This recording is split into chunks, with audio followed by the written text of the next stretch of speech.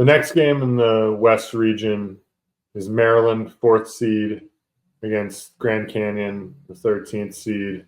Uh, this game, I don't really like the matchup for Grand Canyon. Um, Maryland's been really good all year, and to me, they've only been a team that's gotten better. Um, this game has some interesting statistics to it as well. Like Grand Canyon is a team that likes to turn people over. Um, they were able to do that at a really high rate this year. They're top 30 in the country in defensive turnover rate. But Maryland has a really, really strong guard group, and Derek Queen too as a big who makes really good decisions, very capable of handling the ball and not making mistakes. Maryland is also top 25 in the country in offensive turnover rate. That's recipe for success for a tournament team that can go on a run a little bit. Like Maryland has good guard play, they have good bigs, they don't turn the ball over, and they can shoot the ball. So, I think that this game is a pretty comfortable win for Maryland at first glance. I just don't really like the path for Grand Canyon to pick up a win here. Yeah, I would probably say the same. I mean, the one thing Grand Canyon always has working for them is the fact that they're at least just as athletic as the other team that they're playing. But the issue is that's what they kind of live off. They live off their athleticism. They live with their ability to get to the rim and score efficiently there, which you can do in the WAC conference. That is pretty weak in a league that they've taken advantage of the last couple of years. Actually, 4 years. This is their fourth year in a row in the tournament, I believe. And they picked up a win last year over St. Mary's, which I thought was a perfect matchup for them because they were the far more athletic team and they could kind of just bully those weaker guards. We've seen Aiden Mahaney struggle against pressure while he's been at UConn, and they really gave him a tough time. But this Maryland guard group's a little bit different. People talk about the Maryland depth not really being there. I don't really care about that in the tournament setting, to be honest with you. Like, how many teams are going 12 deep besides Dennis Gates at Missouri? I mean, it's not very many. Like, you're going to play 7-8 guys here. So the only thing, it would be foul trouble that would kind of be the concern with the lack of depth, but I'm not really worried about that in a one game elimination setting. So yeah, I like the combo of Queen and Reese to be able to defend anything that Grand Canyon throws at them at the rim.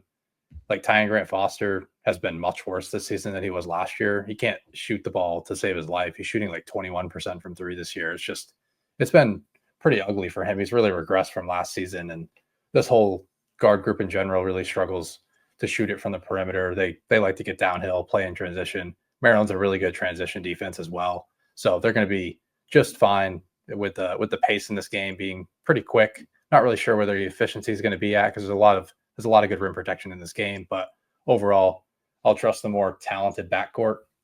And I mean, obviously the more talented team all around in Maryland to get it done. Yeah. And also to your point about the guards not really being able to shoot it for Grand Canyon, I worry about that in a game with a team as a big underdog, because if they do get down, that's where the game, I think, can get stretched even bigger, because Grand Canyon, not a very good shooting team, right? They're 285th in the country in three-point percentage, just over 31%. So when they get down and they ultimately have to start, chucking threes because they're trying to get back in it, and then Maryland can then just kind of get out and run. We've seen this story with Maryland when they're playing teams that are trying to get back in it with the three ball. I've seen them just get out and annihilate teams in transition with their three guards, and even Queen and Reese, who both run the floor very well. So that's an angle, I think, too, where Maryland has a chance to really stretch this game out, is if they do get up a little bit earlier on in the game. I could see them stretching this thing, because Grand Canyon is trying to get it all back at once, shooting the three, which is not an area that they succeed.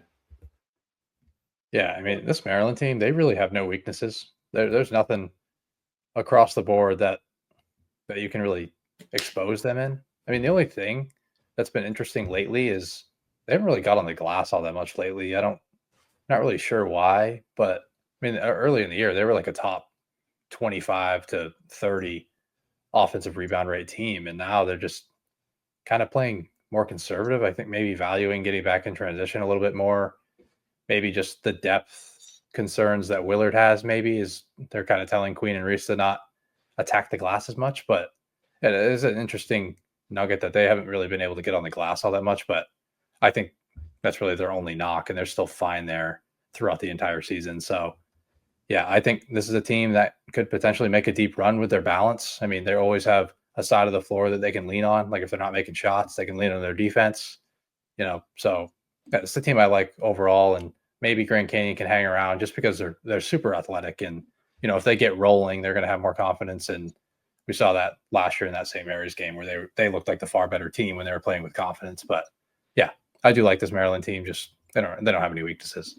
No, I think the only way that Grand Canyon can stay in this is if they are able to turn over this Maryland guard group, which I don't really expect. They're a veteran group that's been taking care of the ball all season long on a big sample size, right? They played 33 games. They've taken care of the ball at an elite level all year, so don't really expect that. I don't expect them to get sped up with the seasoned veterans that they are.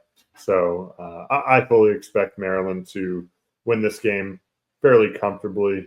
Grand Canyon, no March Magic this year, and Maryland moves on to the second round.